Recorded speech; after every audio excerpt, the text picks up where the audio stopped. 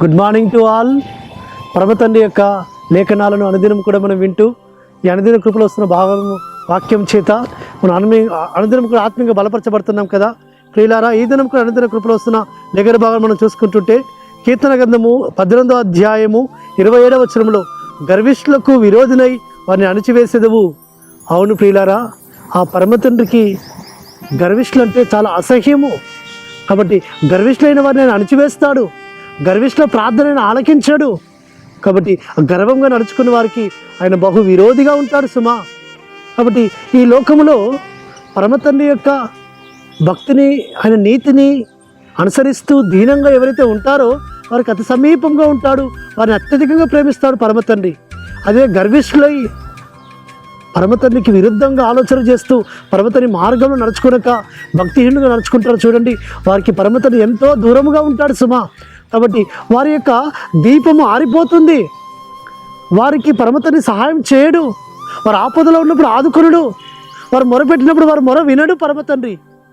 కాబట్టి ఈ లోకంలో మనము దీనులముగా ఉంటే ఎంత సమీపంగా ఉంటాడో, గర్వంగా ఉంటే అంత దూరంగా ఉంటాడో ఆయన. కాబట్టి ఈ యొక్క లోకంలో మనం చూసుకుంటుంటే గర్విష్ఠులైన వారిని మనం చూసుకుంటుంటే వారు హఠాత్తుగా మరణం చెందుతారు. వారు హఠాత్తుగా భూమి నుంచి వెళ్ళిపోతారు. వారు ఈ దినంలో కనబడతారు, రేపు ఉండరు. హఠాత్తుగా వారి యొక్క స్థితి. కాబట్టి అందుకే కీర్తనకారుడు అంటాడు, భక్తిహీనుల గురించి ఆలోచించినప్పుడు పరమతండ్రి సరికి వెళ్ళి ప్రార్థన చేసినప్పుడు వారు కాలు జారు చోటున ఉంచాడట పరమతండ్రి వారిని. కానీ భక్తిని జరిగిస్తూ నీతిని అనుసరిస్తూ ఎవరైతే దీనులుగా ఉంటారో వారు ఆపదలో ఉన్నప్పుడు పరమతండ్రి ఆదుకుంటాడు. వారి మొర వింటాడు. వారికి సమీపంగా ఉంటాడు. వారిని ఆదరిస్తాడు, ధైర్యపరుస్తాడు. వారి దీపం వెలిగిస్తాడు పరమతండ్రి. కాబట్టి మనం ఈ లోకంలో ఎప్పుడు కూడా మనలో గర్వం రాకూడదు. కాబట్టి అపవాది తీసుకొచ్చేదే గర్వపు ఆలోచనలు. నేను ఎంతో గొప్పవాడిని అనుకుంటాం, నేను ఎంతో గొప్ప అనుకుంటాం. కాబట్టి పరమతండ్రి ఒక్కడే గొప్పవాడు.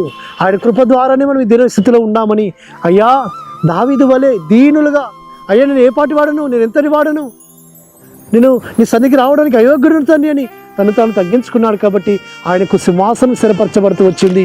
ఆయనకు పరమతండ్రి కృప శాశ్వతంగా ఉంటూ వచ్చింది. కాబట్టి మనం కూడా పరమతండ్రి కృపకు పాత్రం కావాలి అంటే దీనులుగా నడుచుకుందాం. మనలో ఉన్న గర్వాన్ని వదిలిపెడదాం. కాబట్టి గర్వాన్ని వదిలిపోయి దీనిలో ధరించుకుందాం. అటువిధంగా పరమతండ్రి కృప మనకు తోడుగా ఉండును గాక.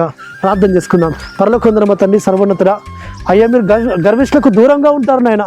గర్విష్ఠుల గర్వాన్ని అణిచివేస్తారు నాయన. కాబట్టి మేము గర్వంగా ఉండకుండా దీనులుగా ఉండడానికి సహాయం చేయమని ప్రార్థిస్తూ యెహోవా నామమున స్తుతించి ప్రార్థించి వేడుకుంటున్నాము తండ్రి. ఆమేన్. సర్వోన్నతుడు, సర్వాధికారి, జీవాధిపతి అయిన యెహోవా కృప కనికరము నిరంతరం తోడుగా ఉండి ఆయన మనం బలపరిచి నడిపించును గాక. ఆమేన్.